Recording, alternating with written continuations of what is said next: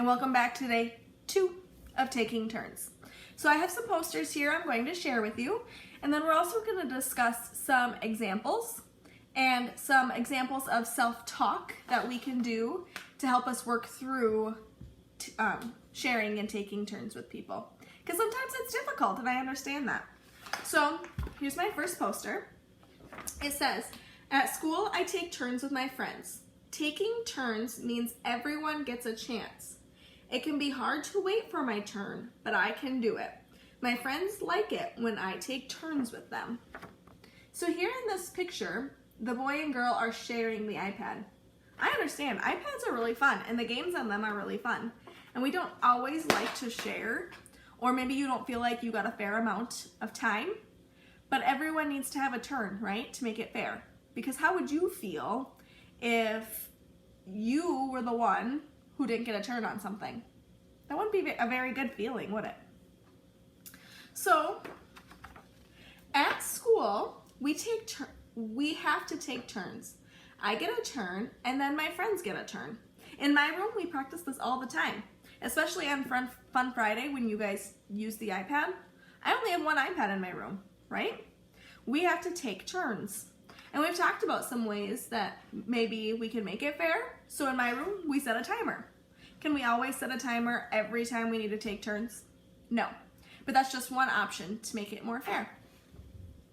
Sometimes when my turn is over, I don't want to stop and give my friends a turn. When I don't share, it makes my friends and teachers sad. It's not fair. If I don't share with my friends, they might not share with me when it's my turn. I can share with my friends because I know that I will get another turn later. That makes it fair for everyone. You might not get another turn that day, and that's okay. But you know what? You'll get to play with that iPad or that toy or that equipment outside another time, even if that's tomorrow, right? So we just have to make sure we're taking turns so that it can be fair with everybody. So today we're going to continue to talk about taking turns. And what does taking turns mean? Let's think of some examples of when we have to take turns in the classroom. We talked about the iPad. Maybe your classroom has toys in it and you need to take turns. Or you get to pick your spot every day with those flexible seating. Maybe you have to take turns on the scoop chair. Or you have to take turns at the standing desk.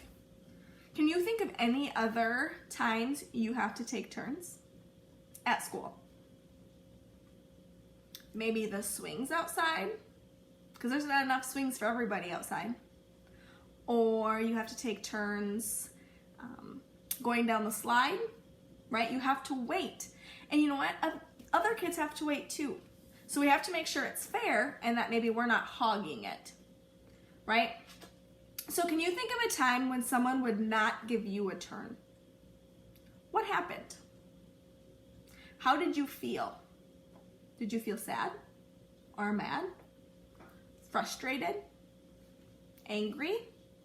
Are those emotions okay emotions to feel? Absolutely. We talk all the time how those are all okay emotions because you know what? Everyone feels that way sometimes. I feel that way. I know your parents feel that way, your teachers, your grandparents, everybody feels that way sometimes, and that's okay. But is it okay to hit or kick or scream if you don't get your way? Or you don't get your turn right away? It's not okay. So you might feel angry at your friends for not being fair. You might have felt like you didn't want to play with your friends for a while. Is that okay to not always play with the same people? Can you have more friends? Yeah. And is it okay to sometimes feel frustrated with your friends? You know what? I sometimes feel frustrated with my friends, but I don't say mean things to them because they are still my friends. And even with your classmates, you don't say mean things to them because they are still your classmates. And you're just gonna hurt their feelings. If you were to say mean things or you were to do mean things to them, I bet that would hurt their feelings, and that if they did it to you, that would definitely hurt your feelings. So sometimes it might be hard for us to take turns or even wait our turn. And we talked last week about being patient. We have to be patient sometimes. and that means that we have to wait. But when we're being patient, does that mean we're continually asking, we're poking the person, or we're crying or whining? No, that's not us being patient. When we're waiting for our turn, we just need to sit quietly. We can encourage them, and if you're getting frustrated, maybe you should go find something else you can play. I know you really want to play with that ball right now, but maybe you can play with it tomorrow.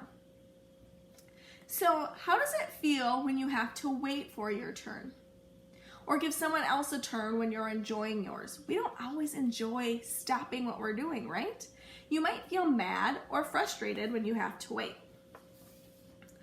So we're going to talk about some self-talk things, and we've practiced this so many times in my classroom, and over the past couple of weeks during distance learning, we've talked about it during our social skills time as well.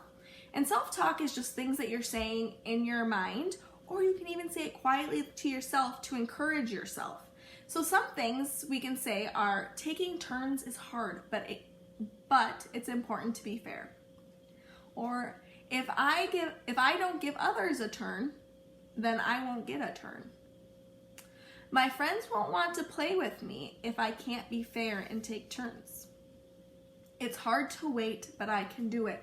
And that's one thing that we've talked a lot about. That's a really good one. It's hard to wait. I think it's hard to wait too if I really want something, but I can do it. And if I keep telling myself that, I'm really going to start to believe it. And I can do other things when I'm waiting for my turn. So I gave you 5 really good things that you can say for self-talk, right? You just need to pick one that works for you. What self-talk strategy works for you to say to yourself? And when I do self-talk, I say it in my head. But I know some of you like to say it out loud, and that's okay too, because it's hard to wait. But you know what? I can do it, and so can you. So at school, there are lots of times when we need to take turns. It might be hard to wait when it's not your turn, but it might help to remember that others are waiting while you have your turn. That's really important to think about. That when you're taking your turn, others are waiting for you, and they're being patient, and they're waiting to take turns. So tomorrow, you have that story to read. If we have our Zoom session tomorrow, I'll read it with you. Otherwise, it's your responsibility to read it. It's about taking turns, and then there's some questions at the end that you should either answer with your parents or answer with a sibling. If you want, you can definitely wait and answer them with me. But until then, I'll see you next time.